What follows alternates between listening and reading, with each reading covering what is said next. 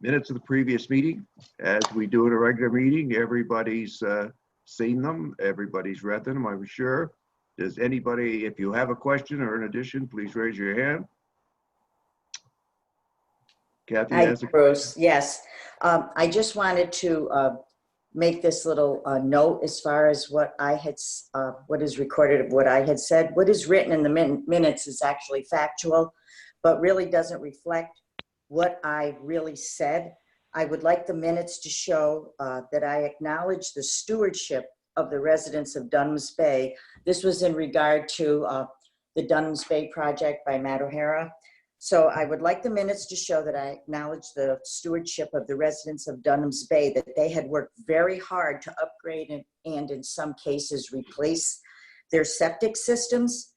And I felt that adding more boats to the bay that is already heavily impacted with traffic and use would undermine all the progress that had been made to improve the water quality of Dunham's Bay. And that was not really what what was written down that I had said. Thank you. I can see Michelle has made notes of that. We'll assume that the record shows that the minutes have been corrected. Any further comments on the meeting, on the minutes? All in favor, raise your hand. Okay. Aye. Yeah. Okay, minutes are approved. I don't think there are no no's. Next one is the fiscal actions report, same thing. Any comments on the fiscal actions report? All in favor, show your hands. Opposed? That's carried. Project review, finally. Project review actions report, Joe? Do you have a motion? Yeah, resolution 2020-09. Whereas the commission has received and reviewed the project review actions report prepared by the staff and dated April 14th, 2020. And whereas the project review committee recommends acceptance of the project review actions report, now therefore be resolved that the commission directs the project review actions report be incorporated in the minutes of the full commission meeting. So moved. Do I hear a second? Somebody want to raise their hand? Second. Oh, okay. We've had a motion and it's been seconded. All in favor? Raise your hand. Opposed? Okay. Carried. Thank you. The first project today is the seaplane permit modification submitted by James Denoyer, town of Queensbury. Either Joe or Molly want to say anything about that? Yeah, thank you, Bruce. This is a application to modify an existing seaplane permit, which was issued in 2014. Application is made to modify from a fixed wing microlight to a helicopter style gyro. And I believe I saw flipping through the screens here that Mr. Denoyer is on the line to represent the project and answer any of your questions. Is there someone here to speak for the project? I've got everybody. Nobody? Muted. Hold on a second.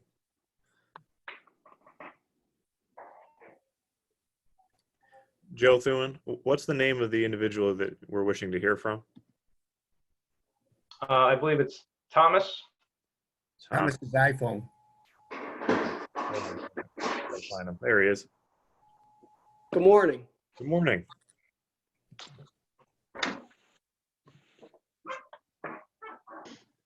I ask again, is there someone here to speak on this? Because we do have questions of the applicant concerning the operation, and there's nobody here to speak on it. No, I'm Bruce, here. we've got one individual. I'm sorry? I'm here. This is Tom Denoyer.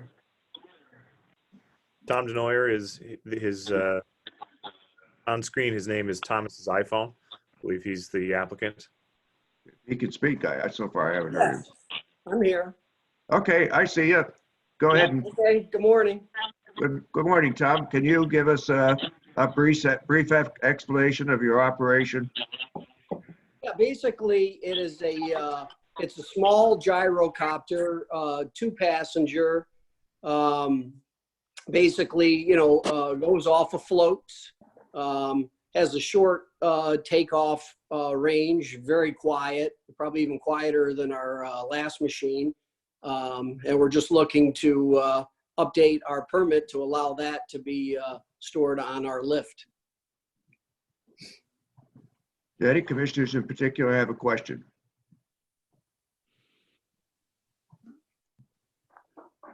Dean, do you have a question? I saw you raise your hand, or were you just scratching your ear?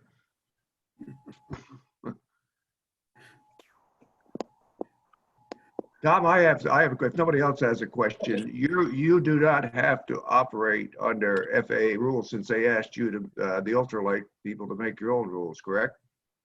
Yes. Yeah, because it's considered experimental. Yes. Yeah. What do you personally observe for your own safety requirements, particularly over populated areas or boating and activity? Because some people are concerned. We've had no complaints, but Yes. there would be concern if you were operating in the southern basin, perhaps if parasail operations were going on or something like that. What are your own particular rules for operating?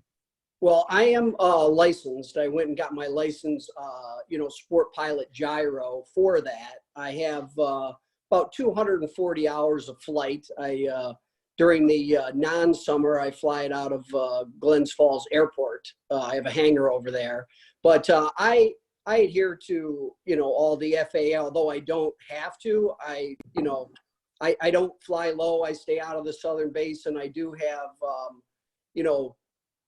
radar on there that shows me other aircraft, and I do have radio, so I stay in touch with Glens Falls Airport, monitor the traffic, and I'm flying it quite a bit, and I'm very familiar. I stay out of there for the most part, and stay in touch with any other aircraft in the area. Thank you, Tom. Thank you, Tom. Justin or Dave, are you aware of any complaints at all from the public on this operation? I am not. Joe, as chairman of the committee, do you want to read a motion, or does anyone else have any comments or questions on this? I just have a question, Bruce. The picture that we were given says micro light plane. So is that the aircraft that is there now, or is that the new one? Because it doesn't really look like a helicopter type.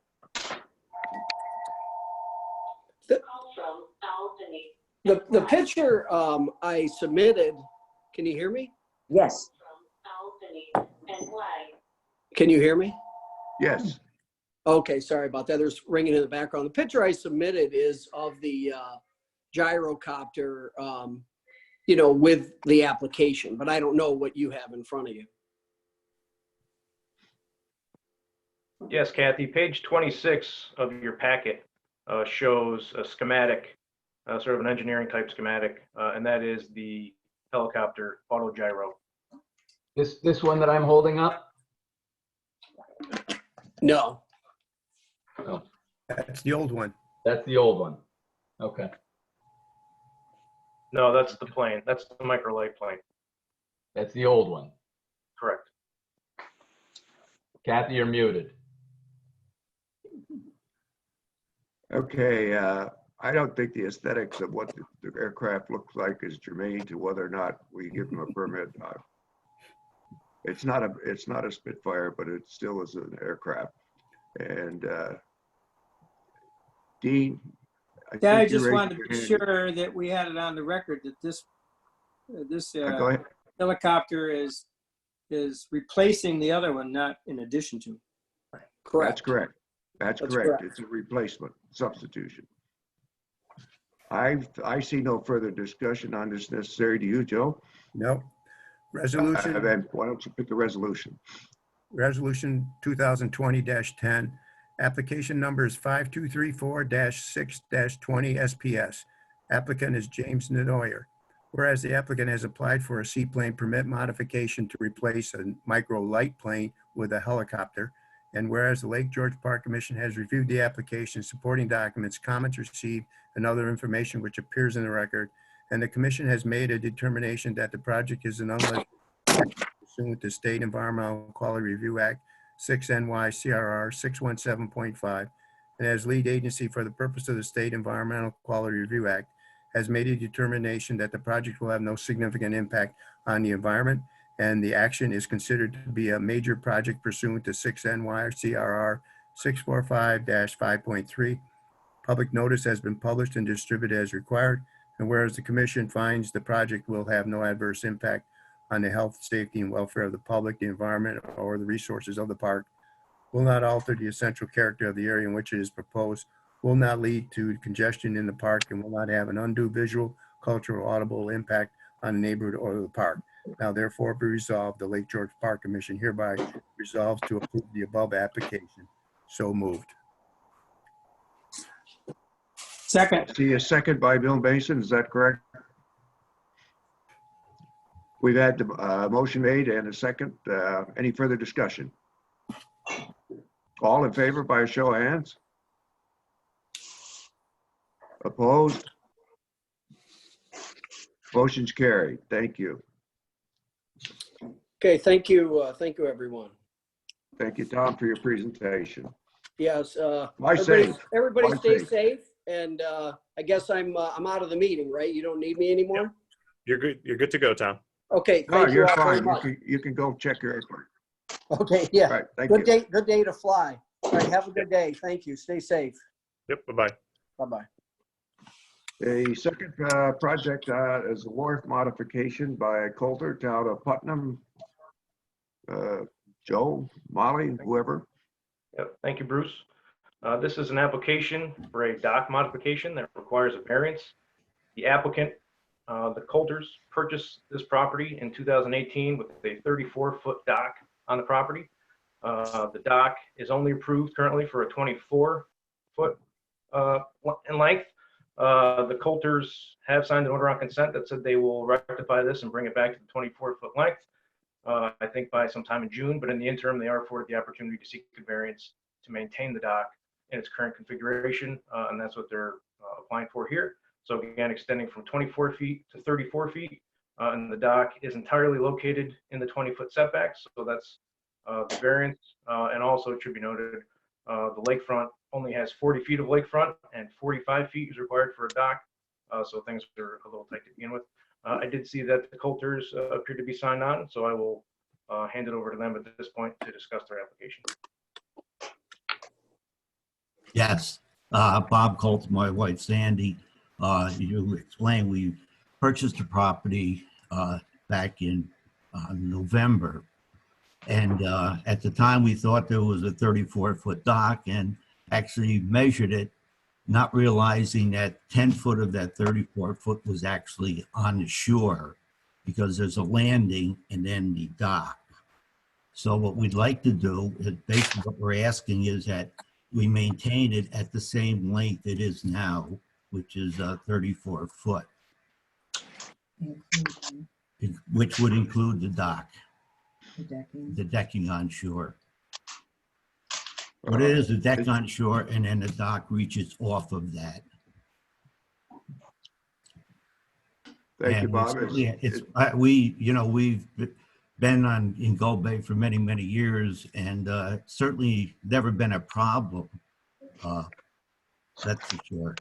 So we just like to really maintain what it is right now, but we need the variance for that extra 10 foot. That's about it. Thank you. Is there anyone else here that wants to add to any comment on what, other than the commissioners, is there anybody in the public audience that wants to say something about this application? I see nobody indicating that. Joe, do we have public comments on this? We have not received any public comments on the application. Okay, I'll open this up to the commissioners for comments. If you just raise your hand, I'll recognize you. Dean? Yeah, I was just running through our pictures that we have here. I'm not quite sure where in Gold Bay this is relative to the town beach. It is directly north, south of the town beach. In other words, there's a point that sticks out from the beach, and we're in a sort of a cove behind it. Right. Oh, yeah, I know where that is. Good. So it's not anything that's obtrusive out into the lake. It's pretty well hidden. And the mooring, you have a mooring out there too, right? Yes.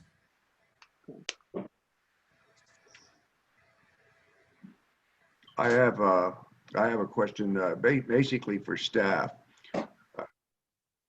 This project is the mooring legal? Because it's a kind of a substandard project or property. Is a mooring legal on that size of property? Typically, you would require 66 feet by regulation for a mooring. However, the commission records show that this property is authorized with an existing mooring that predated commission regulation. So though it doesn't meet standards, it is recognized and in that sense legal. Okay, so the mooring is legal as it stands, correct? Correct. Correct. Okay, and the dock is not. So Correct. we have. I'll be with you in just a minute, Mark. I recognize you again. We have two moorings here, basically a dock and an anchor mooring, and they're both non-standard. However, one is legal, and we're being asked to approve the unauthorized, shall we say, or 10-foot or more. Is that the correct situation? Okay, Mark, you have something you want to say? Yeah, how far is the mooring off the shoreline? Hang on. Bob, how far is? Good question. I don't Mark, have you that there? offhand. If there is a map, I believe it's over 100 feet. No. Well, let's see. If you look at 34 feet to the end of the dock, if this scale is right, my guess is it's probably about 70 feet from shoreline. That's what I was going to say. There's a sketch that has a line, has the existing mooring in the dock. Right. Attachment 1 has a line that says 100 feet from shore, out past it. So I was just wondering if that is moved or if it's less than 100 feet from shore. It under navigation law, it does not require a navigation law permit. If it's more than 100 feet from shore, it requires a navigation law permit from DEC. I don't know. Okay, we've established. Remember, we have to measure from We've the shoreside swing of the boat, not where the mooring is. DEC measures the mooring. Okay. Okay, Joe Thune. Thank you. Yeah, just looking at the authorized drawing and running a scale on it, it measures roughly 82 feet from the upland side of the dock. With the additional 13-foot of swing, it would be just under the 100-foot offshore limit, and the mooring would be, itself would be well inside that limit. Great. Perfect. Ken? How many boats does the Coulter family have? What would be the real need for the mooring if they get the dock that they desire approved? Mr. Calder? Well, there really wouldn't be a need for it, every week or every weekend. Although we do put my little fishing boat on it right now, which I would probably move next to the existing dock, the lengthened dock. If that makes sense. So generally, The mooring was originally put out there for a sailboat. would you have any objection to not having the mooring? Not really, no. So we're suggesting. That's going to save a lot of discussion then. Yeah. Okay. Mr. Coulter, I think that what they're getting at and hinting at here is the fact that you have a non-compliant stock, number one, and to do what seems reasonable to allow you to add the extra 10 feet. What we're suggesting is, since it isn't critical to your operation and we're already granting you a or would be granting you a excess Non-conforming. of what is normally. We were suggesting that we would grant you a permit perhaps to increase or to approve the 34-foot dock, but we would like to remove the mooring from your permit. Since that's not in your application, we would have to ask you if you want to be applying for both, or are you willing to accept a modification from the commission on your permit to remove the mooring? No, we would accept that. Again, we use it randomly now. It was used at one time for a sailboat, but it really is not used even every weekend now. So it would be no problem not to have the mooring. Thank you. Are there any other commissioners that have any more comments they want to make on this project? Mr. No, Bill. I think, Okay. Bill's first, then Dean. I just want to clear, Mr. Coulter, I appreciate the input on the sailboat mooring. That hadn't occurred to me that we would go that way, and that seems to solve a lot. I just want to have a clarification. The structure is it on the shore, or is it actually a dock that's 10 feet by 25.5 feet that this dock is attached to? Is that legal? And is it a dock? What is the status of that? The decking is The- on land. The decking is actually on land. And then the dock, if you will, decking is on land. It's about 10 foot wide. And then the present, or what's called for is 24-foot dock. And we're asking that we extend that to 34-foot.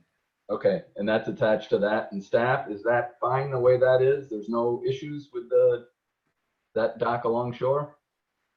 No. Correct. As Mr. Coulter indicated, the vast majority of that 10 by roughly 31-foot structure is upland.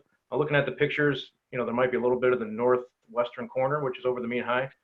But irrespective of that, again, this is a pre-existing dock of record, and it's, though doesn't meet the standards, is legally existing at this time. Thank you.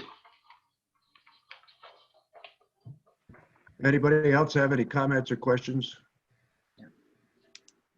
Yeah, I would, for benefit of council who's sitting there not saying a word, I would say that since we're going to be granting a exception, actually a variance to the requirements, we usually have a financial rule that it has to be financially necessary. However, we have circumvented that rule by saying if it is better for the lake, then why not do it? In other words, that's the common sense rule that I occasionally get accused of.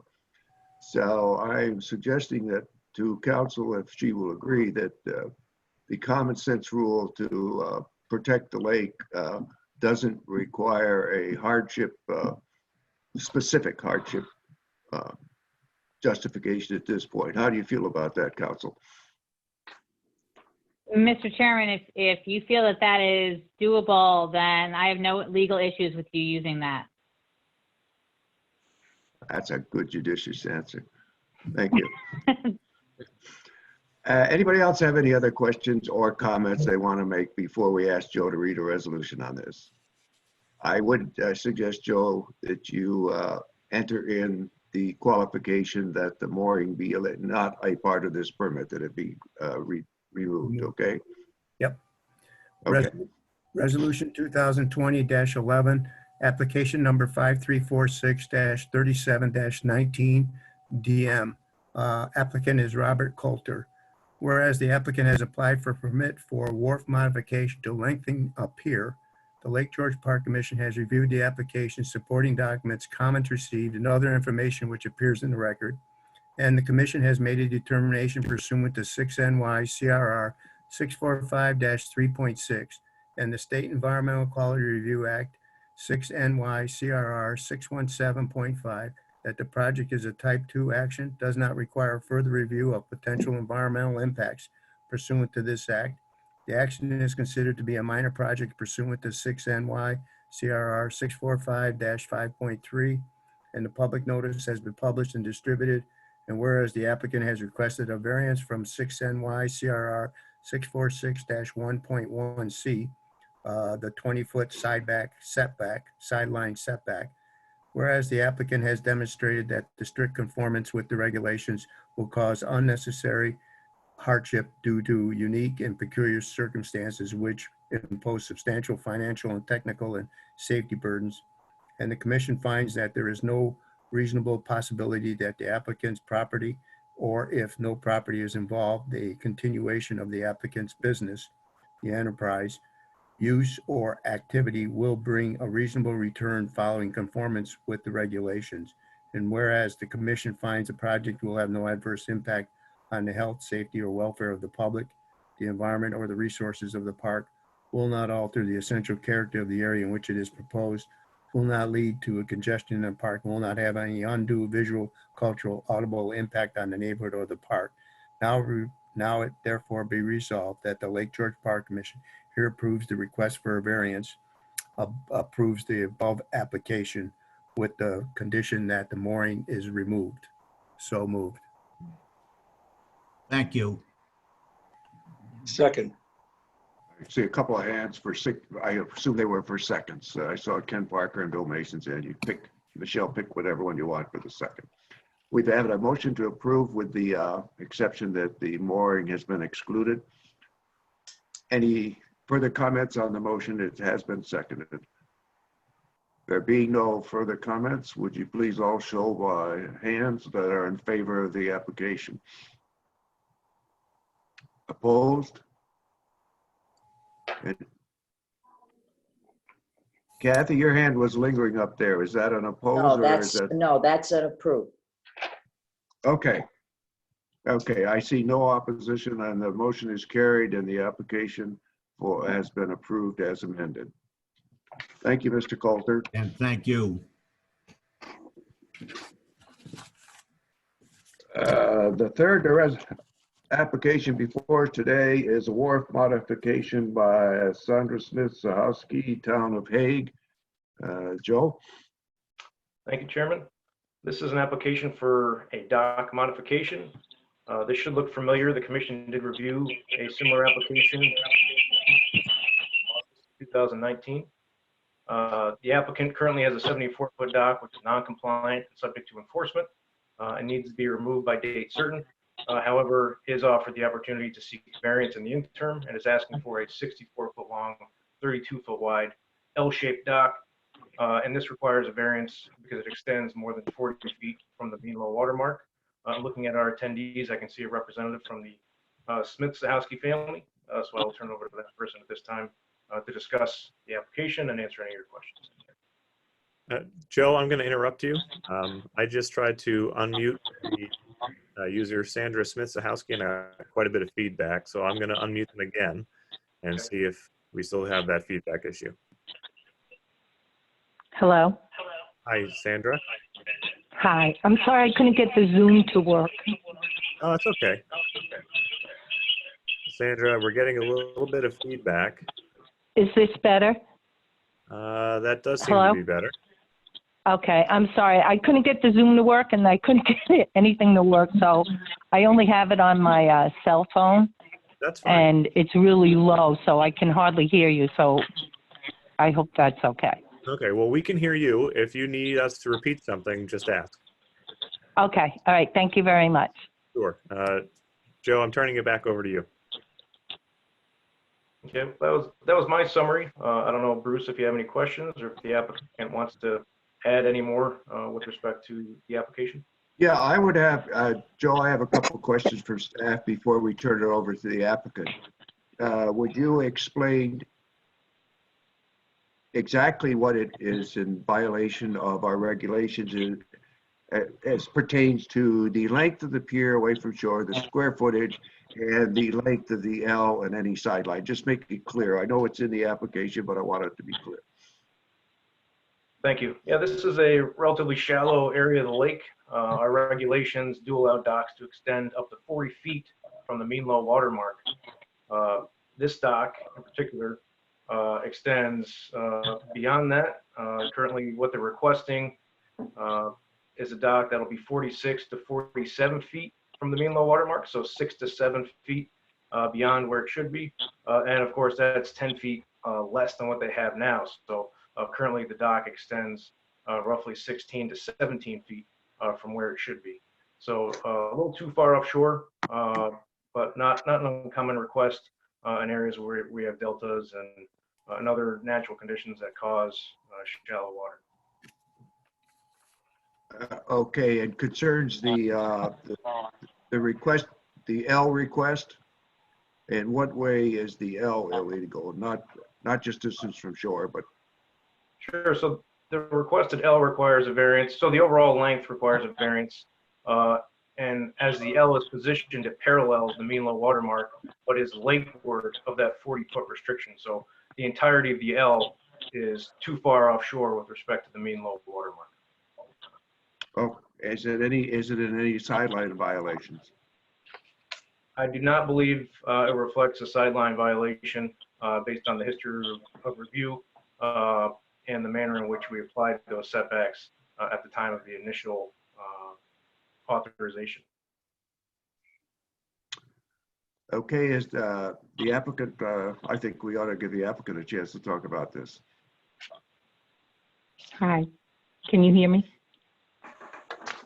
Yes. Oh, I'm sorry. Right, so what we are asking to do is presently right now, the L part that's on the dock is 18 foot by 9.5 foot. And what we would like to do or asking for is to remove that section of the dock, leave the part that goes out to the lake. I wish I had drawings. I can't show you. I'm sorry. And leave the existing old part of the dock there and replace the L so that we could put the boat in parallel rather than vertical, put it parallel to the shore so that it would be protected against the winds because the north wind is extremely strong there. The problem is each year the bay gets shallower in the corner, in the southern corner, which is where our home is located, because there is a stream that is putting silt deposits in there.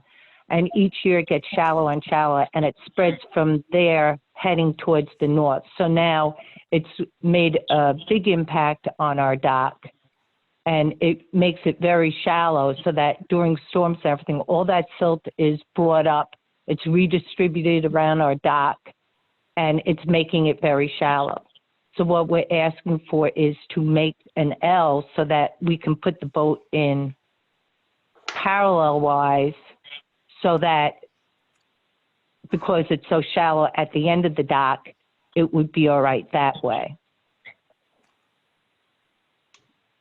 Thank you. Does that sound right? Anybody else have Did I comments? say it right? Well, I understand what you're saying. Does anybody else, we'll get to that. Other commissioners may have questions. Does any other person from the audience wish to comment on this before we discuss it among the commissioners? Boy, I'm using my piece of tape here. This is a Zoom meeting for the Art Commission. Justin, have you had any indication that anybody from the audience wants to say something about this? Broadcast. Am I hearing from Peter Collins? We'll hear from anybody from the audience. If you have an indication that they wish to make a comment, please put them on and we will listen to them at this point. Sure thing. Is there any member of the public that wishes to make a comment?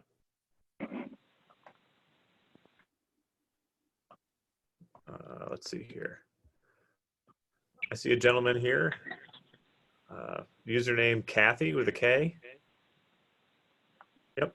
Well, it's Kathy's. That's Steve. She got us logged in, but I don't think there should be a problem with her request as far as we're concerned in town. I think that we've known her a long time, and I'm sure they're going to be doing the right thing. So that's our comment. Thank you. Thank you. That's Steve, isn't it? Yes. Steve. Yeah. It looks like him. It is. Okay. Okay. Anybody else you can see out there, Justin, that wants to talk to us? Doesn't look like it. Joe, you're the project review chairman here. Do you want to start off with any comments about this? I think we visited it before, and certainly, I'm not sure what I thought the request was to shorten the dock from 74 to 64 feet. Is that correct? Yes. It will be, we're going to take off the L off the end of the dock, which will take off the 10 feet and redo the L. Okay. And I guess the L-shaped 32 feet seems to be rather long. I was wondering if it would be interested in shortening that. I think the staff made some suggestions that would shorten it to 14 feet or something of that nature. Well, the reason why I'm asking for that length is because we have a feeling that the boat hoist, which is in the drawing for you with the dock, once we shorten that by 10 feet, I think that the boat hoist is going to be non-useful, but we're waiting to see when we pull it out, if we put it at that line where the end of the dock would be, if we could use it. But we want the dock to be long enough so that the boat can be back there so that people that may be swimming or walking that area are not endangered by the prop or anything like that of the boat, because we will not be able to put the boat engine towards the shore, which is what we've done all along. But now that we have to change it, we see that our neighbor, that's how they pull their dock in when there's a storm. They pull their boat in that way to the dock, and it seems to protect the boat, and it also protects the swimmers. Do they have a boat hoist? It seems that with the storms, if you have a boat hoist, the boat will be off the water and you won't have any problem. Well, the problem is the water is going to be too shallow. Right now, when August rolls around, we have a very hard time putting the boat in and out the hoist. We literally have to get in the water and push it off. Usually come August, last year, the first crib towards shore was totally out of the water. So the boat hoist becomes inoperative. So that's why we ask for the longer docks, so that if that does not work, the hoist we will not use, and then we'll just use the dock, but we don't know until this year, because we haven't pulled it back that far, because we need at least 2 feet of water to operate the boat hoist, and where the front of the boat hoist is, it will not be that depth.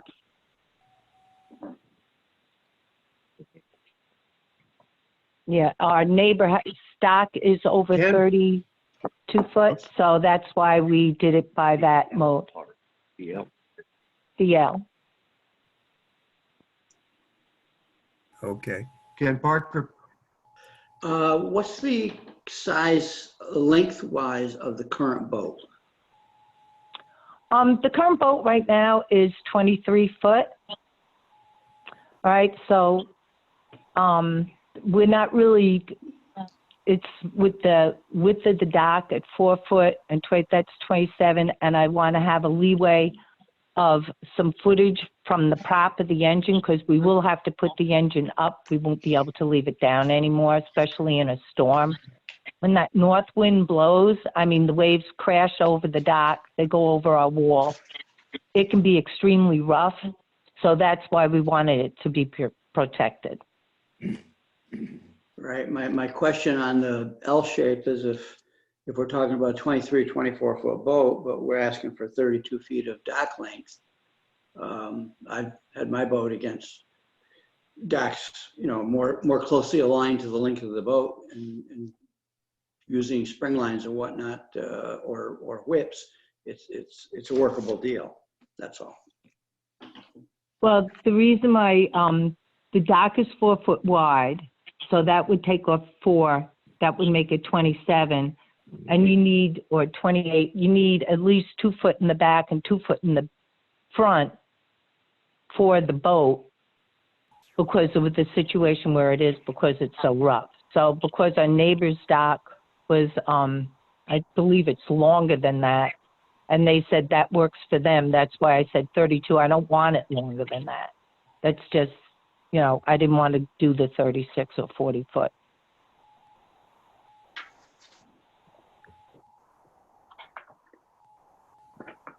Mark, go ahead. Yeah, I need a bit of clarity here. Sandra, do you propose to put the boat lift inside the L? No, Okay. So it's the going water's to be, too, right, it's going to be on the lakeward side of the L. But, so it's yes, going to, that's, it's going if to the be water, yeah, perpendicular to the shore and, parallel to the shore and also parallel to, more or less parallel to the north wind, or? No. no, it runs, no, it would be vertical. It would run right along the side of the dock. Okay, It's in the drawing. yeah, But like I said, I don't even know if that's going to be feasible because of the depth of the water. So we have to, the boat hoist is something we're waiting to see.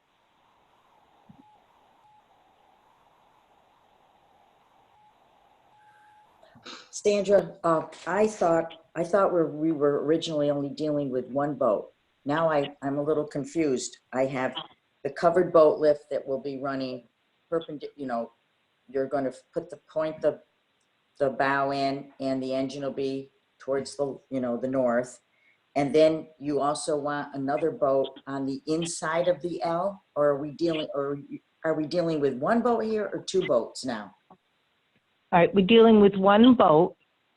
Right now, we don't have a cover on the hoist. That's just when my parents were alive, the original boat hoist had a cover on it, so it's in the original work.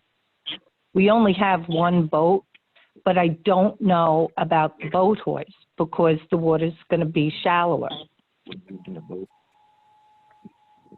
So you want that long L shape to make sure that you can fit your 23-foot boat inside to protect it from the north wind. Yeah, from the storms, yes. We had a couple of boats last, I'm sure that some boats on the point broke free last year Yes, in I a know all storm, that. and I just, okay. I understand, but then now you want two situations to be able to dock one boat. So I think that we need to go with one situation to dock one boat. Well, I have the boat hoist in the drawing, just in case it can be used. If it can't be used, I'm pulling it out. It's a useless piece of equipment. Well, I think so that if we're going to do a resolution on this, we have to know whether or not it can be used. That's the way I'm looking at this. I don't know about my colleagues here. Well, like I said, I'm not sure right at this point because of the boat hoist. I was told when I had talked to you about this, it was like I should put in what I might be able to use, and that's why I have that. I had Devin put that in the drawing for that because it's not something I could come back with. Okay. Okay. Thank you. I just wanted to That's clarify. right. That's sort of why. Could I add into what my mom is saying? Can everyone hear me? Yep, go ahead. Yeah, I just wanted, I think, just to like make a really clear picture. So right now we have, like, if you're facing the water and the L goes to the left, right now on the right side of the dock, we do have the boat hoist. But like my mom is saying, in the changing seasons of the summer, just sort of like spring to fall, because on the right side of the dock, it is more shallow because it's closer to that water runoff. The boat hoist, in times, like, we can't get the boat in the hoist. So I think that's why my mom is reiterating just that, like, there has to be an option to have the boat inside of the L while also having the hoist, because with the changing water depth, it sort of makes it hard to say that we could commit to one or the other. Like, we can't say 100% of the time that we could be only putting the boat in the hoist, because the water fluctuates so much with the level that there are times that we can't get the boat in the hoist. So now with applying for the variance to shorten the dock even, that's going to make the water depth even lower where the hoist would potentially be, which would be why we would need both options to have the hoist, but then also be able to probably more full-time park the boat inside of the L, because I think that the hoist for the majority of the summer season is going to be too shallow to park in the hoist.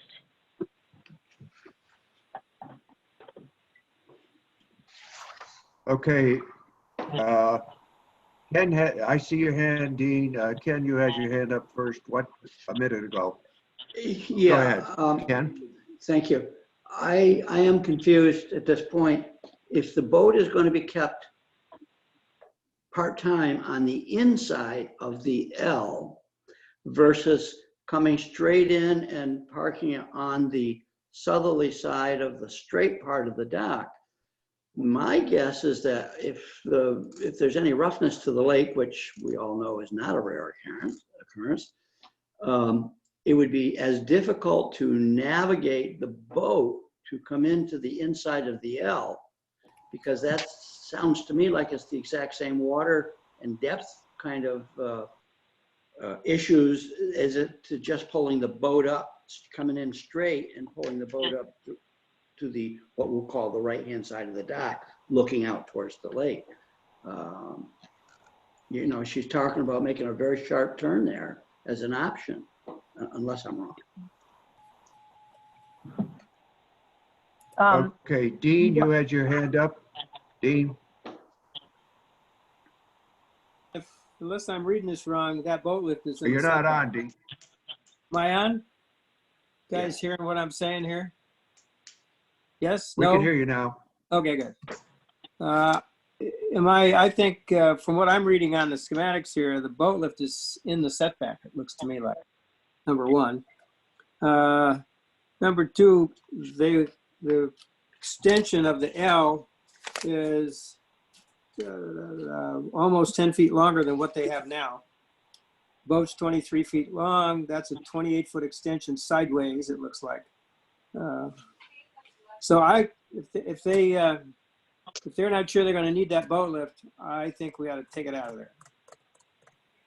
Talk about the L shape. I mean, if it was 20, it's now 26 reading the schematic here, right? That may be 28. I'm not sure which one. But anyway, it's longer than 23 feet, and it would be fine sitting inside there. Probably more protection for that boat if it was inside the L than it was on the boat lift, to tell you the truth. So I think we ought to take the boat lift out of there. Number one, it's in the setback. And I haven't heard from Joe or Justin that that's been approved. The boat lift is authorized in the setback. We do allow boat lifts in the setback because they represent an area where a boat would already be berthed. So that location is okay for the boat lift. Okay. Yeah, I have one comment, and I'm in the same boat that a few other people are confused here. I'm getting the impression that the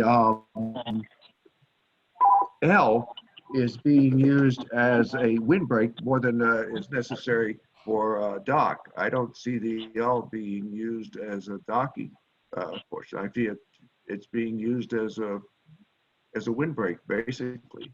Am I incorrect in that? Does anybody else think I'm incorrect in that? I thought the dock was going to be, I'm sorry, the boat was going to be on the lake side as opposed to the inside of the L. No, we would want to park the boat on the inside of the L. On the inside. For protection, yes. So Yeah, when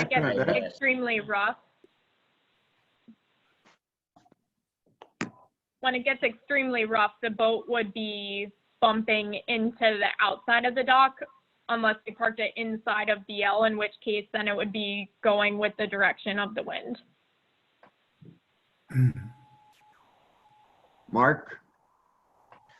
Yes, that's why I had asked that question previously, is there seems to be two issues here. One is wind and one is water depth. As I understand it, what you're saying is that on the southerly side of the dock, there's a buildup of sediment, and on the northerly side of the dock, the actual dock itself and the what do you call it? The dock base there, they block some of the sediment from moving to the other side.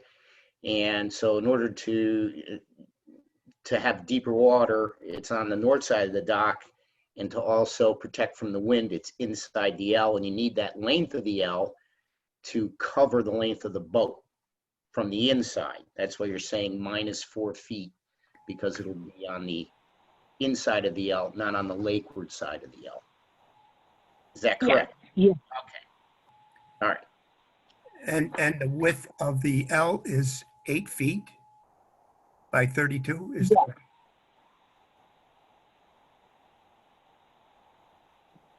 Hey, I saw Bill Mason raise his hand. Go ahead, Bill. Bill? Hello? Did we lose him? He's not even moving. Yeah. His connection seems to Can you hear me? be. Nope, there you are, Bill. Okay.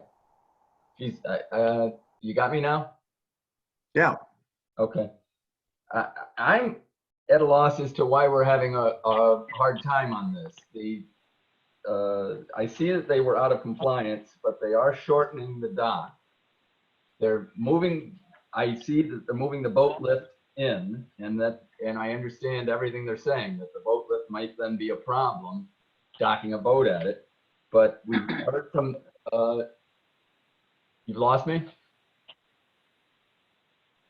No, okay.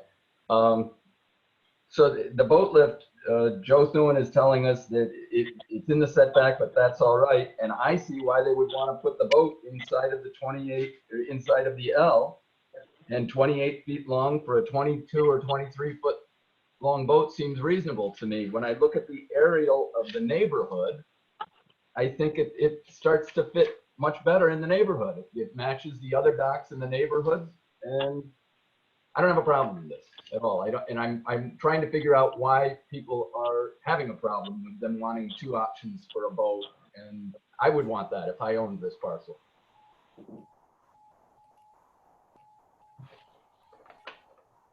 Anybody else have some comments? Mark again. Sorry, Go ahead, Ken. Mark. Yeah, I agree, Bill. And it's to me, it's kind of irrelevant where you park the boat, where you have a dock. Park it on one side, park it on the other side, as long as it's not interfering with the operation of the neighbors. You have a dock, you park the boat where you can. Where they put the boat lift, where they park the boat, otherwise without a boat lift, is irrelevant.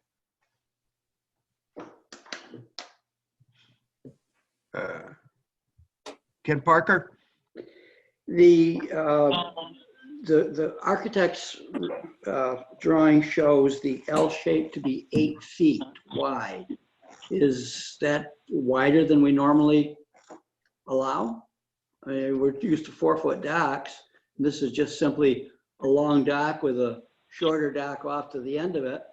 Shouldn't that be 4 feet also? And that would also give them more water.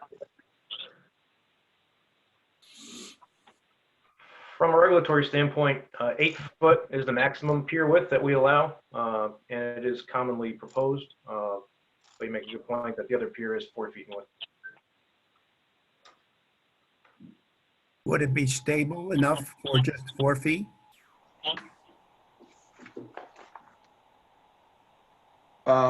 Joe, and I personally see a big problem with a 4 by 32 foot windbreak.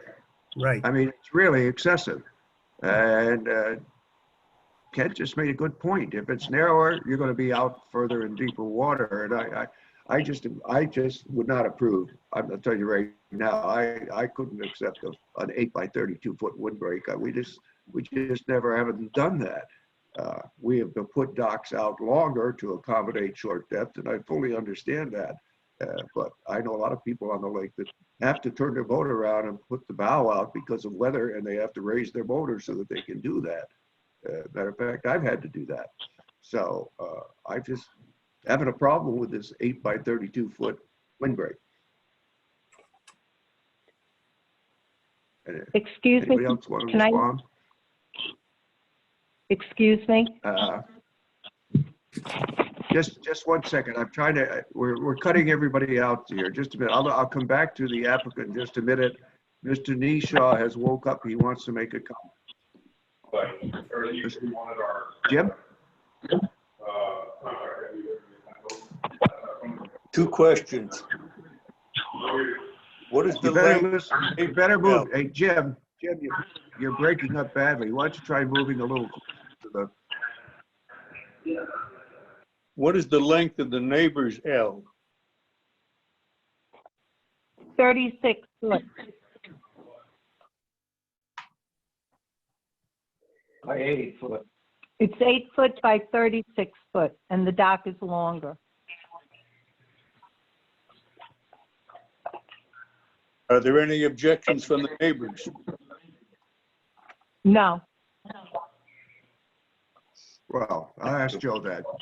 Joe, do you have any comments from the neighbors on this? We have not received any formal public comments from either the neighbors of the town or any of the agencies.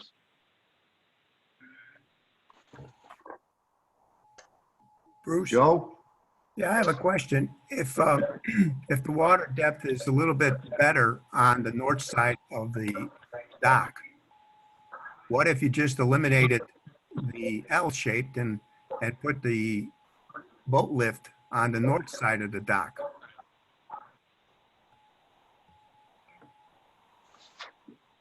No, we wouldn't. I'm not sure if that is going to, the water depth is, you're talking about an inch. That's how much deep it is on the north side as opposed to the south side. But you're essentially eliminating the L shape. You basically add 8 feet to allow the where it's supposed to be a little deeper there, allow the hoist to actually sit there full time. The water depth on the north side is only 1 inch deeper. And that 1 inch, I don't think is going to do it. And that is why, with how my neighbors' boats, when they bring their boat or rent a boat or whatever, and they put it on that side, it seems to protect it. And that is why I thought that I would try and do something like what they have. I want it to be smaller because to me, it's that 36 by 8 all the way around is too big. And that's why I wanted to do that length for the boat. Trying Mr. to Parker? move the, Whoops. sorry. Ken Parker, please. I've heard a lot about depth, but I've heard no real numbers. And I recall on some previous applications where we had depth issues, we've had real depth measurements. And I'm not seeing any with this project at all. It's a little bit deeper, a little bit shallower, which are the kind of descriptions that I would normally use. But I think a real depth measurement, and maybe what we got to do is to do some more observation of the situation before we act on it. Excuse me, all that information is all in the file about all the actual depth measurements. It should all be in the file. It was all done, Devin Dickinson, I had to do a full survey and water depth measurements, and all of that should be in that file. I can confirm that. On page 39 of your electronic packets is a side profile of the 77-foot long dock with depth measurements along the length meant to reflect depth at target navigation level. Do you have any, Joe, do you have any depth opinions? No opinions. That's your guys' job. But looking at the data, they've got a depth of 2.6 feet at 43 feet down the dock. That continues until about 68 feet down the dock. Right now, they're asking for 64 feet, right? So the depth at the end of that is going to be 2.6 feet, which is a constant depth along what would be roughly the berthing space on that southeast portion of the dock. You did mention you thought it might be difficult to berth inside the L based on the depths, and this would certainly sort of correlate with that. It wouldn't be any easier and might actually be more difficult to berth inside because the entirety of the boat might be in slightly shallower water, if anything. But there are those depth measurements in your packet if you can find them. Why wouldn't she just want to put a little H-shaped thing on the end of the dock, a two-sided slip that she just pop the boat right into and right out of? Because those measurements are pretty skinny for normal boats of today's draft. I'm not sure that that's even legal. I'm picturing just an H-shaped slip at the end of the dock. Pull in, pull out, back out, whatever. Okay, I see two people. I see Kathy wants to talk. Dean has took his hand down, but I get Dean in the queue. Kathy, go ahead. Kathy, you gotta unmute yourself. Okay. All right, can you hear me now? Yes. Okay. I think one of the things we've overlooked is that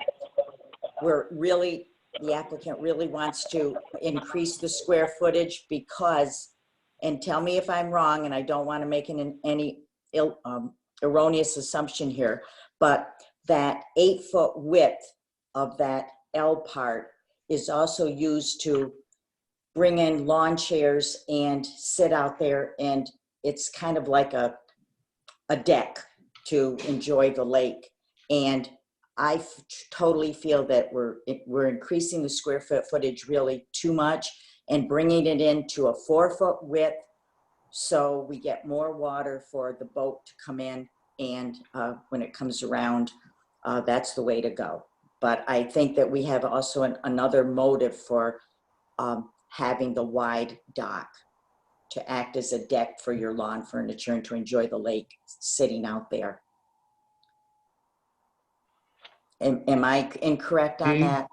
I didn't know if I was to talk. Just a minute, please. Just a minute, Sandra. I want to give somebody else a chance to talk here. Dean, you had your hand up first, and then Joe, are we over the square footage on the L? What do we got here? We are not over the square footage on the L. I can run some numbers real quick in the interim, but their request does not require a variance from the 700 square foot requirement. Looks like they've got 480 square feet in the proposed dock. Mr. Mason. Bill? Hello there. You had your hand. My question on square feet, I was going to talk about that. It looks to me in the proposed dock like they've got 480 square feet. And I was wondering, what is the requirement with, they've got 150 feet of shoreline. What? The limit is 700 square feet per dock. So they're under the square foot requirement. Correct. Okay. Yeah, you're actually asking for a lot of variances here. You're going over the 700. You're going over the distance from shore. There's a number of things involved in this. You're under the 700. Yeah, Bruce, we're under the square footage, not over. Way under. They're under the square foot, correct? But they're too far from shore, right? Yeah, just barely. Just barely. The 40-foot setback puts him probably about, I'm guessing, 5 feet too far out. How far? Yeah. Joe, Suen, how far are they asking on the length? What are they asking for? They're asking for I believe it's 46 to 47 feet from mean low, and the standard is 40 feet. So it's not, I don't think that's excessive. And they're coming in more into conformance than what's there currently. Yeah, as far as that goes. But basically our problem here, which I can see, is it's not the fact that they're asking for a little bit longer dock. The fact that they're asking to put a 32 by 8 foot platform beyond the 40 foot. Right. Right. And the purpose of that platform is to serve as a windbreak, basically. Theoretically. Windbreak and. Sandra, do you have anything more you want to add at this time before I do a poll of the applicants? Okay, the reason for the width and the length of the dock, like I said, is as a protectant for the storms. The storms, my bay faces exactly into the north. It's extremely high winds come starting sometimes in August. We get bad storms, and a 4-foot wide dock, those waves would go right over it. And putting the back of a boat on an H into the wind would only cause those waves to go over the back of the boat and fill it, which has been some issues with boats in our bay. So I've noticed, we checked it out this summer, a lot of the boats all put their boats in parallel, and that way it protects them. And that is why I'm asking for the width of the dock to protect it, the length to protect it, and I'm asking for 5 foot. I think it's 5 foot 2 inches more than what was okayed. So I think that's all that I have to say about it, and I hope that you will consider it.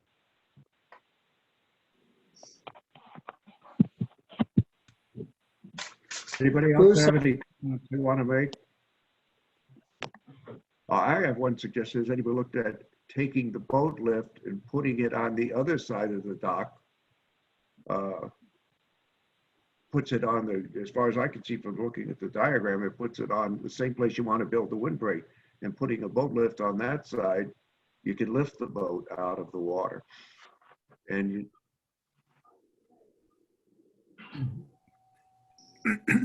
you don't need a 32 by 8 foot L when you do it that way. Anybody want to comment? Yeah, I agree, Bruce. But she said when I asked her, she said that you only gain about 1 inch of water on the other side of the dock. So leave it at 64 feet and don't have the L. Move the boat lift on the north side. She only gains about 1 or 2 inches of water. Yeah, I'm of the opinion that we have been very lenient on length of docks in order to accommodate shallow water, and I'm thoroughly in agreement with that.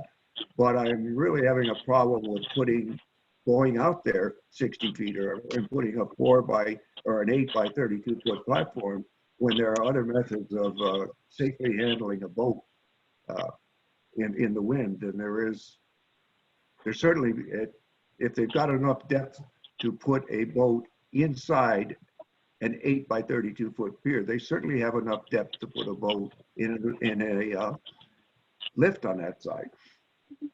So I am having a big problem with that. Sure, you can answer it. Yeah, so I think when it comes to moving the boat hoist that far around, like that is going to absolutely not be feasible for us. I mean, we don't have the money to pay anyone to move the boat hoist for us. We do that ourselves. My parents are late 60s and 70s, so to then have, you're suggesting moving the boat hoist completely around, like I just wouldn't ever see that being possible for us, which is another reason why we're requesting the L. I think that would make the most sense for us because it's financially working with us that we're just moving the L in closer and making it compliant with your regulations, even if the dock is, we're requesting the variance for the dock to be 5 feet longer. So if the dock was 5 feet shorter, the L at the size that we have requested would be compliant. It is less than the 700 square feet. So I think that it would be, I hope, okay to have the dock a little bit longer and still include that L. What is it costing to build that L? I'm sorry, what? I said, what is it costing to build that 8 by 32 foot L? 32,000. We are having to do that ourselves.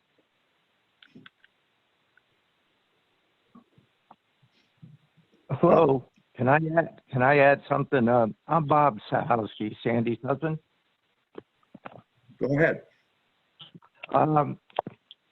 In September of '99, Floyd come through, and we had a boat. It was my father-in-law's boat at the time, in a hoist, pictured right where it is on the drawing, and the boat was on the bottom, completely destroyed. I had to pump the water out of it. And the boat hoist was completely destroyed just from the high winds, high water, the waves. It gets brutal. It really does get brutal there. And we've been fighting it for a long time.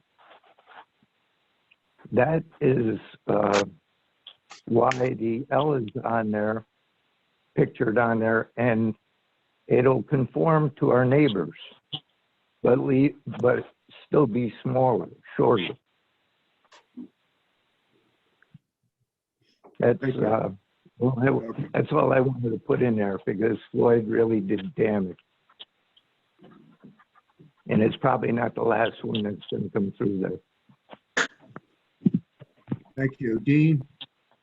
Go ahead, Well, Dean. two things. One is we could make the L shape smaller in width-wise rather than lengthwise. So if that were 5 feet, let's say, instead of 8, we'd be pretty much on the 40-foot setback, number one. Number two, if anybody wants to think that they can engineer a dock that's going to withstand a hurricane, they can come by my place and we'll have a reality therapy. Because that's not going to happen. And there will be times when those docks and hurricanes are just going to be destroyed. That's life, as they say. Yeah. Exactly. Okay, I think we beat this thing, as Mr. Nisha hasn't woke up yet, but he's beaten this horse quite a bit. I think I know what I would like. Is there anything further the applicant would like to say at this point? And then I would like to poll the commissioners. So if the applicant would want, we've heard your viewpoint of why you want to move it. Do you have anything more, Jermaine, you want to say before we go to a discussion among the commissioners? Yes, this is Bob again. Yeah. This dock is going to wind up smaller than the neighbors in reality.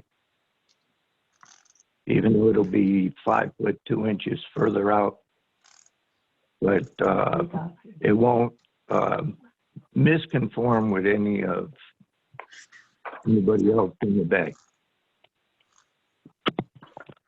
Okay. Anybody, all right, I would like to take a poll of the commissioners and get their individual viewpoints on this. At this point, usually we just have our discussion among the commissioners, but if we need further clarification or if we bring up a point that is not clear with the applicant, we will certainly discuss it. But at this point, I don't have a round table of chairs here, but I can point right at Dean Cook is at the very top. So Dean gets to go first. Well, what's your opinion on this, Dean? Well, first of all, what the neighbor's dock has or doesn't have is not quite, something that we really ought to be concerning about. What we're concerning about is what we're going to do here. I would move that. I think moving the L in is a good idea. I think it's easy enough to build, particularly if they're hand building this themselves. A 6 foot wide L instead of an 8 foot wide L might make it a little bit nicer to visually speaking, not quite so big out there. So I think, the L's fine, but I don't think you need 8 feet, frankly. Joe, you're the next one in line. Okay, I have concern that if you bring the boat inside the L, you're basically bringing in the stern 8 feet from the current end of the dock. So I'm concerned that even though they think they can bring the boat in, if it's that shallow on the south side and they're only claiming it's going to be 1 or 2 inches difference on the north side of the dock as far as water depth, I'm concerned that the boat will never fit inside the L because we're 8 feet from the end of the dock now, given the width of the L shape. So, you know, I'm not clear on why the L has to be 8 feet and still think they can get the dock or the boat in there. I have concerns about that. Thank you. Mr. Nishaw, what would you like to say? I have great empathy for somebody that has to face the northeast wind on Lake George. And it's fairly consistent with what the neighbors do. So I'm inclined to approve the application as submitted. Thank you. Mr. Mason. Well said, Mr. Nishaw. I'm looking at it. I'm still wondering. I don't see what the real problem is. I don't see that they're asking us for very much relief at all. This dock, if it was about 5 feet shorter, would be within the length requirement, the distance from shore, from mean low water. So that would be an option if I were the applicant. That would be the option I would be looking at, is just shorten it by a little bit and keep the exact same L-shaped dock. And I don't think they'd be in front of us. I may be wrong, and Mr. Sowen or Mr. Wick or Mr. Anyway, staff could help me out on this. But I don't see that they're asking us for that much, and the existing structure is far more out of compliance as far as I'm concerned. So why not? I would be in favor of this application as written. Mr. Floyd. Dave.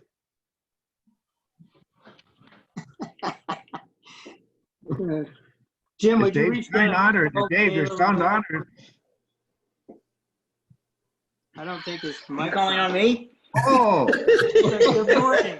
Good to see you. You're taking your 10-cent nap? You know, I have to agree with Bill and Jim. You know, we denied them a request to go with the existing dock that was non-compliant at 74 feet with no L on it. We did that back in August of 2019. But you know, I see nothing wrong with this new application. Maybe we want to revisit just one long straight dock and do away with this idea of the L. Mark? Yeah, I don't generally see anything, see an issue with this. You know, we can speculate on how the wind, the water, the sediment's going to act, but they have a neighbor to look at. And the neighbor his boat seems to be doing fine, protected by the L. You know, it's an increase of 50 square feet. Their current L is 9.8 feet wide. This one is 8 feet. I'm sure they've made it longer. And the water depth, as Joe pointed out, is kind of flat from 40 out to the end of the dock. So bringing it inside there isn't going to make it any more shallow than it would be any further out. So, you know, again, this is, to me, I'm looking at it as, I agree with Bill and Jim, it's just no big deal. It's just barely over the distance from shore, and it's within the square footage as far as the footprint goes. And I would defer to the homeowners to know what would best protect their investment, which is their boat. Kathy. Yep, you're muted, Kath. Get her on, Justin. Okay, I'm mute, Okay. okay? You're Okay. on. Okay, now that I'm aware that we're within the legal square footage, I guess we can keep that 8-foot wide L shape. I would like to go with a 4-foot, and I like Bruce's idea of putting the lift on the north side, but I feel that we're building like a breakwater type of thing here. And as far as that L goes, and I don't know if that's the route to, why that if the commission does stuff like that, we're going to make that L that much longer and that much wider, just so we can stop the water from coming over into the boat if we put it on that side. So I can, and then what Dave said about revisiting just having the dock without the L and putting the lift on the north side. Who knows, that might even be a better alternative. So I don't know, that's the way I just will reiterate what I said before. I'm very uncomfortable with an 8 by 32 foot, basically breakwater. I think it could be done, as Kathy said, and with other options. It could be done with a narrower dock. I have no objection to, even if the length of the main dock had to go out, I would put it out even more feet if they were going to gain any depth, as somebody, as Dean, I believe, or no, it was Kenny pointed out, we don't have the exact measurements if we go out further. We have the word for the applicant, and I believe it, that the depth doesn't change much as you go out. But I'm still opposed to that. And in 2019, when we looked at this, we were all upset about having dockage further out. I think there are other options in my own mind than just sticking that 32 foot, which is much longer than the boat. So I would not vote in favor of this application as it's stated. I would much rather see it done another way. Having said that, does anybody have anything they want to add? Joe, is it possible to change this width? We'd have to ask the applicant, of course. Change the width of that L to 6 feet instead of 8. I know it's just a little bit, but still it makes us less invasive in the setback, or in the mean low water setback. Yeah, if the applicant is amenable, you're certainly within your purview to add that as a condition of the resolution. Just be clear which side you want those 2 feet to come off of. Probably the inside. That would certainly help better if it was on you. You would definitely take them off the inside. Could I just ask a question to everyone? Sure, you can. So correct me if I'm wrong. If the dock was 5 feet shorter than what we're applying for, there would be no question as to how big the L was, correct? Because what we're applying for right now is still below the required square footage. So if the dock we were applying for was 5 feet shorter, which is within the setback, then would we even have to apply if it falls within the regulation of the length? Joe, would you answer that, please? Yes, sir. Yeah, that's roughly accurate.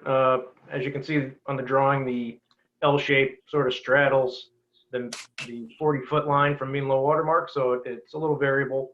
But yeah, I think somewhere in the 5 to 7 foot range, if it was that much shorter, then we could issue it at the staff level without a variance. So then is what we're applying for, like, the 5 feet, is it that extraordinary to apply then to have an L on it? No, doesn't matter. So you could apply for a less than 5 feet shorter length of the dock, but still maintain the L at 32 feet. But we wouldn't even have to apply, correct? You would have to apply, but it's within all the parameters, and staff could approve it. You wouldn't need a mass approval by the commission itself. Staff is Wouldn't be a within variance. their- It wouldn't be a right. variance, correct? Okay, so then the variance that we're applying for now, just with an extra 5 feet, I wouldn't say that having an L on that still is that extraordinary of an application, right? Right. Say yes, it is. Any application that requires a variance has to come before the commission because it is an extraordinary applicant. It doesn't matter. If we start sneaking 1 foot, 2, 3, 4, 5 foot, we can't do that.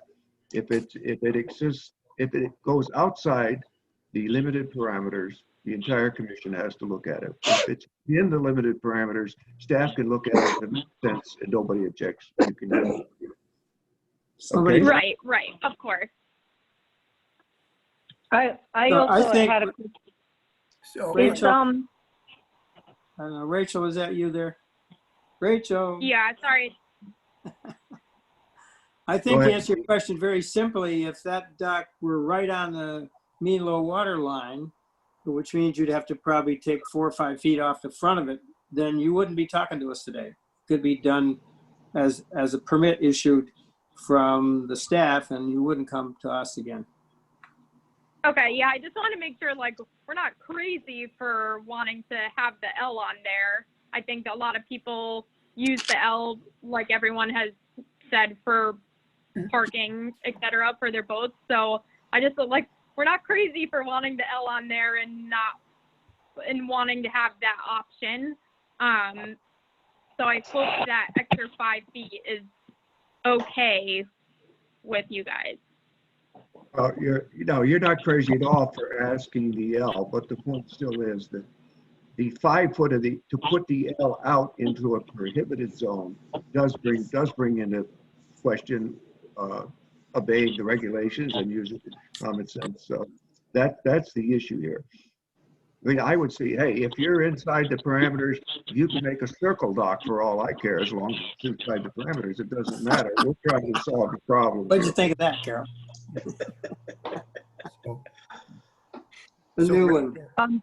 With Does Molly. anyone the else reason, have any- I'm sorry, excuse me. The reason why we're asking for that 5 feet though is for the depth, Right. to increase that little bit and to put the boat horizontally in the protected area like our neighbors do. Before, with the dock we had before, we parked it, we would just come in and turn the boat sort of like doing a U-ey and park it so that boat was facing out. And the engine we would pull up and it would not be hitting bottom and the dock we had before. But because we now are trying to bring it in 5 foot, that 5 foot makes that little bit of difference that we cannot park it vertically on the dock. It has to be parked horizontally. We can't have the engine out facing the north wind because the north wind is brutal, whether it's a hurricane or not. And it's just the idea that that sediment keeps coming, which Chris came and he judged that himself and said, yes, we're getting a lot of sediment in that bay, and it just adds each year. And the more they open that dam and the more water that goes out, the shallower it is on that dock. So that's why that feet is so precious to us, that 5 foot, that it makes it doable. Thank you. Any other commissioners want to say any more on this? I think we know everybody's opinion. Joe, do you have anything you want to say? Yeah, I was wondering if they would consider, I mean, I know that last August, we denied the application as it currently exists, the dock configuration as it currently exists. Would they be considering lengthening the dock instead of On the shelf. The shelf 74? right over there. See, make it, maybe 70 feet without the length of the L being 32 feet. So they still would be able to keep the dock. I'm sorry, I missed half of what you said. That make the dock 70 feet and have the little L on it like what we have now? Yes. So No, it he's would be- saying no L at all. No, you could have the L. No, we could have, wait, let me understand this. We could make the dock 70 foot.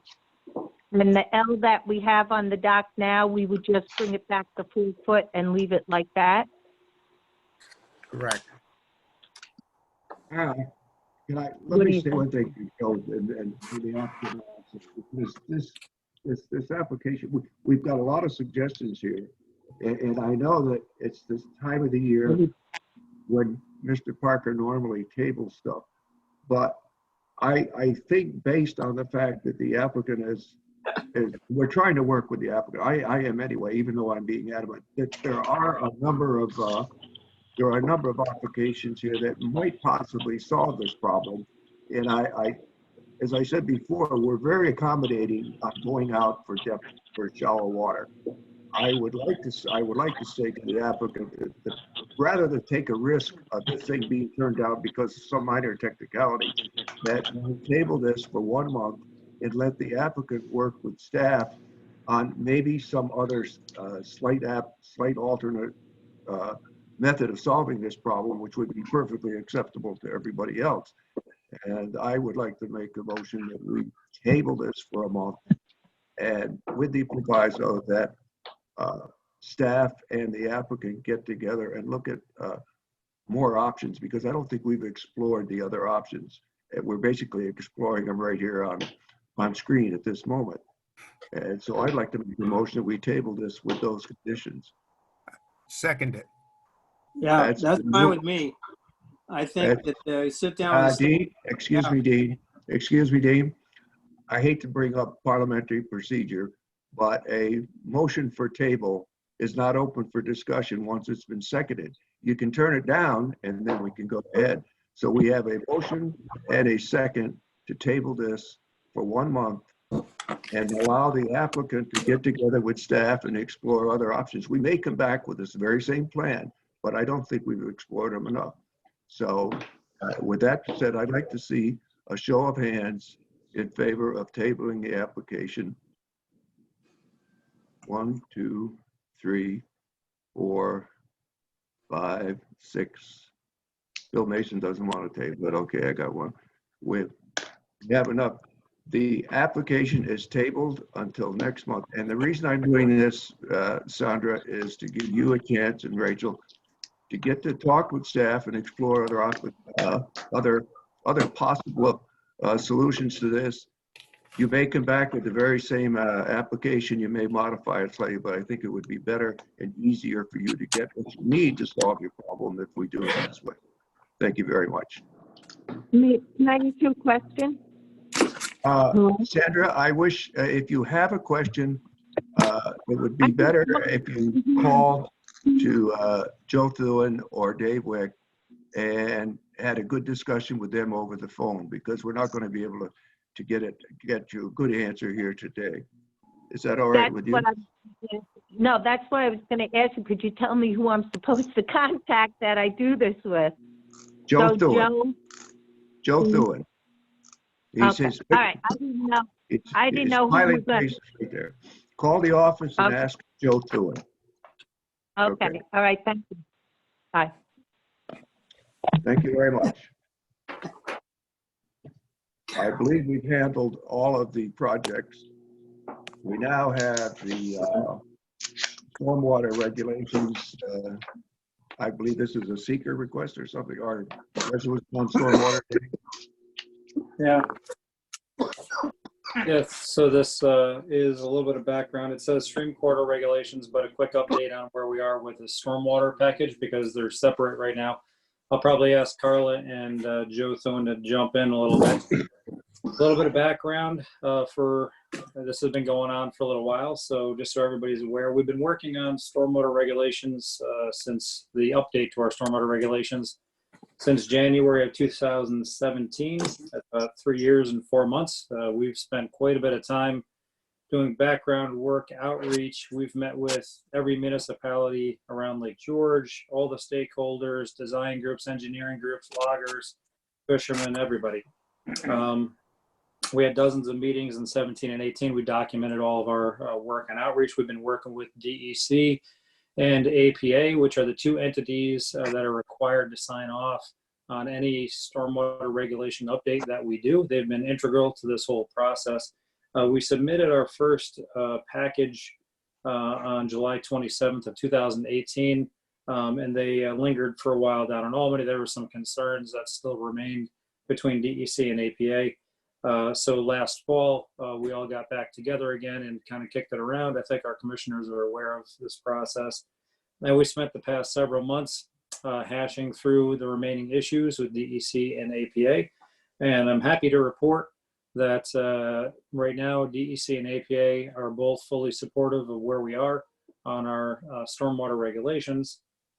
And Bruce, that's going to get us into why we're talking about stream corridors today. But on the stormwater topic, just want to brief everybody as to what we currently have, because I know it's been a little bit.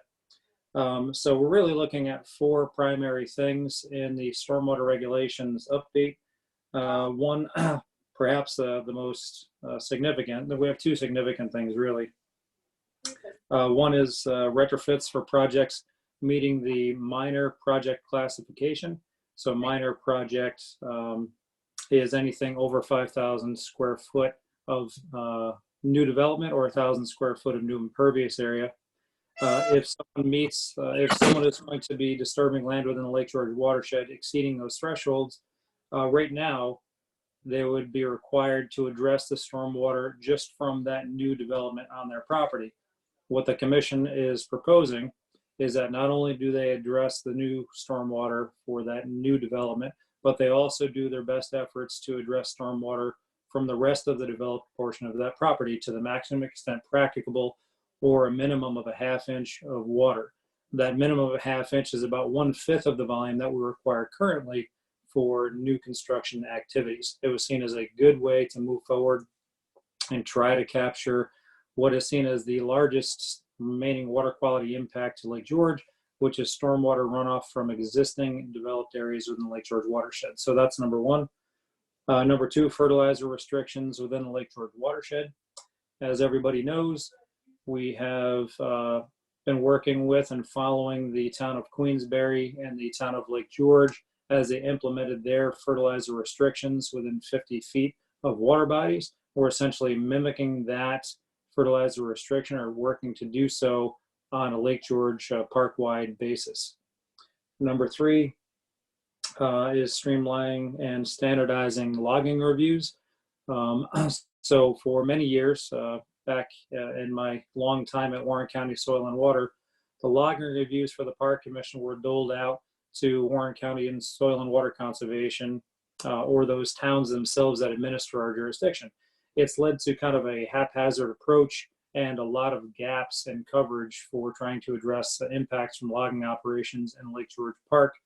So what we had proposed doing is not changing the standards whatsoever, simply bringing that review back in-house to the Lake George Park Commission and outreaching the fact that logging applications or logging activities are a jurisdictional activity within the watershed, and they have to meet a certain standard. It's not nearly what the standard is for development activities. All it really is erosion and sediment control.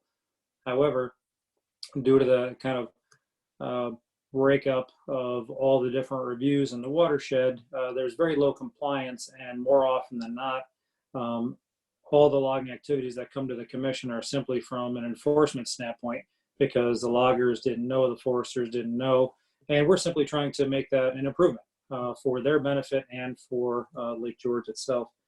And lastly, of the 4 primary things we're looking at was stream buffers, and that's what we're going to be talking about shortly. Stream buffers, we worked, as you all know, for a considerable amount of time looking at the original 2008 to 2009 stream buffer effort and what was good about it, what was not so good about it. And we came to a consensus among this board and this agency that 35-foot stream buffers with certain restrictions within that 35 feet are the way to go. And I can go through those, or Joe can, as we see fit. Looking at that process, of course, didn't move forward. So we were working on coupling stream buffers into our stormwater regulations because stream buffers are a noted stormwater practice. During the review process, DEC said it will be a much cleaner cut in your regulations if you do stream buffers under the stream corridor provisions that we have within Article 43 and in our current regulations. And so we agreed to go forward on that path. And what that does is it gives us two paths forward now. So we have our current stormwater regulatory updates that includes primarily the first three topics I mentioned, and then a parallel track, which is going to be the implementation for the first time of our stream corridor provisions, which will consist of 35-foot stream buffers with certain restrictions for cutting within that 35 feet. And it will also include provisions for stream crossings that DEC already implements region-wide. We're simply going to be bringing that review in-house, and we're going to work out the details with Mark Meliori or his successor in that office. So what we have on the agenda today is a resolution that Carla had put together. And of course, it's a long one. So I was going to make Carla read it, but her connection isn't so awesome. What it is Stream Corridor Management Regulations, Article A, 6 NYCRR 646-4. It's a resolution on seeker, just saying that the commission has gone through the seeker process and the commission will concur as a board, you as a board, that we can move forward with the promulgation of new rules for stream corridors protections in a Lake George watershed. With that, I will ask Carla if I missed anything, or Joe if I missed anything. No, can you hear me, everyone? Yep. Yes. Okay. No, Dave, you did the right presentation. At this point, we are looking to submit everything for stormwater regulations down to Albany, hopefully by the end of the week. So we'll be able to move forward with those and get to public hearing, which is our goal. The stream corridor resolution you have in front of you is a seeker resolution. As you recall, the commission went through seeker, did a EIS, went through public hearings, went through finding statements, and everything was done in accordance with seeker back then. Since what you're doing now is looking at the same regulations, but with a less significant impact on the environment, we are going through and adopting the seeker from last time. And this resolution merely just says that you've gone through all of the seeker procedures in the SAPA from last time, and it goes forward moving with the seeker on the stream corridor on for this one. Joe, does that work for you? It works for me. Mm-hmm. Yeah, I'm just looking for the resolution quickly. I thought I heard Dave say 646-4. He did, Joe. That's got to be changed to 646-5. Right. Okay, thank you. I'll change that right now. Mr. Parker, do you have the resolution in front of you? Mark, you want to say, well, we haven't got a resolution yet. You want to say it after the resolution, or you want to say it now? Yeah, I just want to add to what Dave said. You know, from a DEC standpoint, we regulate merely the bed and banks of the protected streams in the watershed, and the stream corridor regulations that the Park Commission can promulgate include an additional buffer from the banks, which is much more protective of the entire system than merely what the DEC regs statewide provide. Okay, you're making a comment, but you're not. I just wanted to add. What we're really just passing is the seeker, right? And you don't object to the seeker resolution per se? No. No, okay. Mr. Parker, you still there? Unmute him, Justin. He can talk now. Mr. Parker? There, I'm unmuted. I've been Okay. muting. Want me to You read have this? the resolution in front of you. You can just do the now therefore rather than read the whole resolution, if you don't Very mind. good. I'll read the title, Resolution 2020-13, Stream Corridor Management Regulations, Article A of 6 NYCRR 646-5, Sections 646-4.19 through 646-4.29, resolution on seeker. And skipping past the whereases, the now therefore be it resolved that the commission resolves that the final EIS dated May 26, 2009 took into account all of the environmental issues and concerns on the 2009 stream corridor regulations, and therefore is applicable to comply with seeker for the 2020 proposed regulations, and be it further resolved that the executive director, staff, and commission council shall cause all involved agencies and any other interested agencies to be notified of this resolution. And I could make that as a motion if you'd like, Mr. Chairman. Second. Yes, you may. Again, just one technical comment. You referenced 646-4.19 and other sections. They're all going to fall under 646-5. So amended. Okay. And you made that a motion, Mr. Parker. I did. Second. You did. I'm looking for Yes. the second hand. Where's the second hand? Right here. Well, I see two second hands. I think Dean beat Joe by about half a second. So it's been moved and seconded to approve this motion concerning seeker. Any further discussion? All in favor, show me a hand. Opposed? Motion is carried. Thank you. Law Enforcement Committee report. Mr. Parker, you're on again. Law Enforcement Committee. We had a meeting this morning and we discussed various items, preseason plans and things like that, and what boats are in and where the boats are. And then we also had an executive portion of the meeting to discuss the Trout House docking issues. And I have a resolution, I have two resolutions. The first one will be for Law Enforcement Committee report, and the second one will be for the purpose of purchasing a new motor for a patrol boat. Resolution 2020-14. I'm going to skip the whereases and just go to the now therefore be it resolved that the commission accepts the report of the Law Enforcement Committee, and I would also make that as a motion.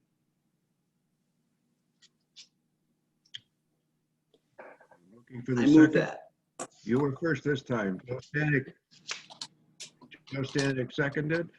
Any further discussion on that? All in favor? Show of hand. All in favor? Thank you. Opposed? Motion's carried. Now you got one more resolution for the motor. I do. Resolution 2020-15, whereas the Lake George Park Commission Enforcement Committee has reviewed the status of the Marine Patrol vessels, whereas the committee has identified the need for a replacement motor for Patrol Boat 101, and whereas the commission requires the continued operation of the Marine Patrol, and this vessel is essential to that operation at its present level, and whereas the commission staff has prepared specifications for the engine, has submitted those specifications to various suppliers of such engines. Now therefore be it resolved that the commission is hereby authorized to allocate funds not exceeding $16,000 in total for the purchase of a new patrol vessel engine, and be it further resolved that the commission is authorized to purchase such engine from the lowest bidder, Point Breeze Marina, Inc., and that the executive director is authorized to execute a purchase order for said engine, and I also make that a motion. Okay, Joe, I haven't even asked for a second, but I think that means we We have a motion and a second to approve the purchase of the motor. Any discussion? All in favor? Go ahead. Thank you. Okay. Opposed? Carried. Next item on the agenda is one that is, it's fun to do, but it's also sad, and it concerns Molly leaving us. We have a resolution that we want to pass, but before we pass it, it's signed with Dave Wick. And Dave, do you have something you want to say, or do you want to, I would think I'll give he never gets a chance to read a resolution, and I'll give our executive director the chance to read the resolution we're going to put before the commission in recognition of Molly's service. I know that high school kids get all upset that they don't get a graduation after 4 years of high school. Molly's got 28 years with this organization, and I think she deserves more than just a bye, thank you very much. And Molly, we're going to have that retirement party if we have to wait till 2021 to do it. Okay, go ahead, Dave. Well, thank you, Mr. Chairman. It's certainly He's got that in front of him. Is he to hopefully you can all see this. Certainly an honor to be here to see Molly off on the next adventure in her life. She's been with the commission for 26 years by my math. I hope it's right because it's on everything right now. So we have a resolution that we prepared on behalf of the commission, and we have the framed resolution that you can see here in the photo. And then we also have a parting gift for Molly I'll show shortly. So for the resolution on behalf of the chairman, we have a resolution for Molly Gallagher, LGPC Environmental Analyst 2, upon her retirement from 26 years of distinguished service to the Lake George Park Commission. Whereas Molly Gallagher, the Lake George Park Commission's Environmental Analyst 2, will be retiring as of May 8th, 2020, after 26 years of dedicated service to the Commission. Excuse me, and whereas in her time at the Commission, Molly has helped create and shape nearly every program that the Commission has in place to help ensure the long-term sustainability of the lake and the safety of its many users.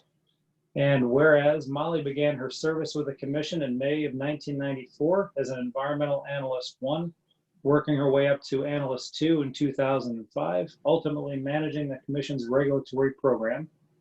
And whereas Molly has a deep understanding of Lake George and the issues it faces, with particular emphasis on shoreline development and the proper controls required to sustain the required balance between property rights and the long-term ecology of the lake. And whereas it is not likely that the Commission will ever have another individual with Molly's expansive and Rain Man Lake knowledge of the 3,800 docks and marinas on Lake George. And whereas the Commission regrets the loss of Molly's service in her well-earned retirement, her vast experience and level temperament, often in difficult situations, we wish her nothing but the best in the next chapter in her life. Now, therefore, be it resolved that the Commission hereby formally recognizes Molly Gallagher's outstanding service to Lake George and its dedicated New York State agency, the Lake George Park Commission, for her decades of committed work to protecting Lake George. And further resolved that the Commission's board and staff express their gratitude for her invaluable service to the lake and hereby extends our best wishes for continued health and happiness in all future endeavors. Signed by Bruce Young, Chairman, Dave Wick, Executive Director. So that is our resolution to you, Molly. And as a part of your kind of going away gift, we had, of course, planned a nice party for you, which will have to be put off, as the chairman noted. But working with Bruce, we came up with a parting gift on behalf of all commission members and staff that I'd like to share with you very quickly right now, if I might. So knowing your long love and interest in Lake George, we got you this beautiful Carl Heilman photo of Bolton, the lovely town of Bolton, as Supervisor Conover would say, a sunrise picture by Carl and matted and framed by the Blackburn Galleries. Brian Blackburn did a beautiful job on this. And the dedication plaque on the bottom says, presented to Molly Gallagher with our sincere appreciation for your 26 years of dedicated service to the Lake George Park Commission. So Molly, this will be up in your office, ready for you to pick up at your discretion. And again, in my 8 years of working with you directly, it's been my honor and pleasure. And thank you so much, and my best wishes for the rest of your career, whatever it might be. Thanks, Mr. Chairman. Thank you, Dave. I would like to ask the commission to do by again. Okay. Molly, would you like to say something? Because I have to do it a year from now. We're not going to let you get away with just a TV appearance. But if you'd like to say something now, you're certainly welcome. Go ahead. Justin, is she muted? She's not muted. Let's see. Let's try call in user 2. Try that, Molly. I think now I'm unmuted. There you go. Can you hear me? I want to thank you so much. That was very kind, and I really appreciate the picture. It looks beautiful. It's been an honor to serve with all of you, and just in all those years, meeting everyone on the lake and exploring the whole lake. And thank you. Hopefully I'll be back for that retirement party. I'll take you up on it. We will have the party for you. And also we'll send you a check once a month, signed by Cuomo. I like that. Okay. We now have reached the point of public comment. So all the faces that I've been seeing out there, and I see the first hand that came up is from Mark. So we can unmute Mark because he's sitting there very patiently. Go ahead, Mark. I'm unmuted on my end. Am I unmuted on your end? Can you all hear me? You're on. You're Mark on. Schaffner, one brief comment. On behalf of myself and my colleagues, I'd like to thank Molly Gallagher for her many years with the commission. I'd like to commend her ability and her user-friendly attitude in working with the regulated community, and wish her the best of luck in her successful future.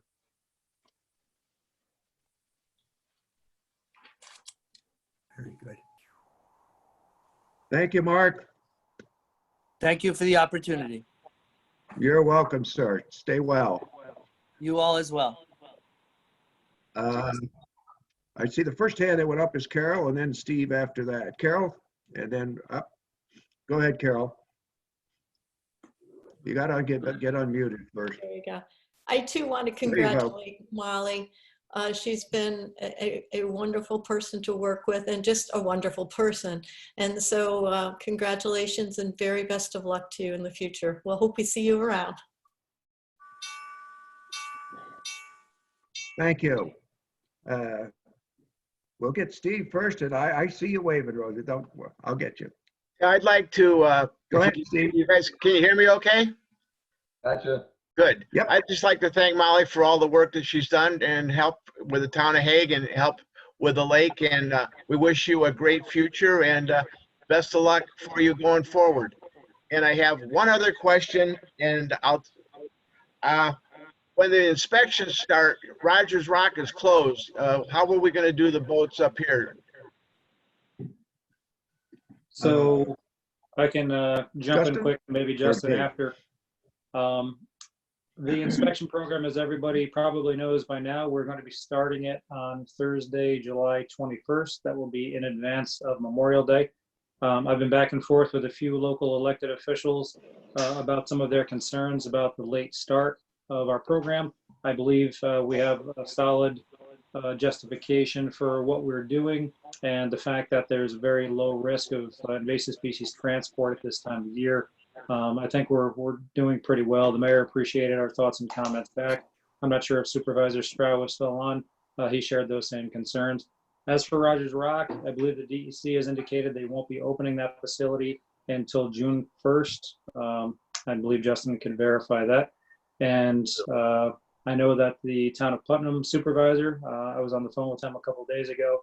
He will be starting his launch at the same time as our boat inspection program starts as well on the 21st. So Dave, if a person comes up here and they don't stop along the way at, like on the Northway, and they want to drop them in, where would the next closest spot for the inspection to happen on the northern end? There won't be any boat inspections on Lake George until May 21st, and the Adirondack Northway Station starts on the 23rd, Saturday. So, all right, so there's going to be nothing up here. Okay. All right, that answers that. I appreciate it. Thank you very much. We appreciate it. Thanks, Steve. Thank you, Steve. Rosemary, did you want to? Yep. Justin? Yep. She wants to speak. I've been promising her. Go ahead. Molly, best wishes. Molly, best wishes, and thank you for all you've done for Lake George. I'm proud to know you. That's all. Thank you very much on Molly's behalf. I see John Strong just popped up. John, you want to say something? You want to unmute John Strong? Well, I just want to reinforce what Yep. everyone has said about Molly. We certainly appreciate her efforts through the years and her congeniality and her accommodating everybody. It is a job that certainly was stressful and challenging, but she was always there. And so I just want to give her accolades as well. Thank you. Don't go too far.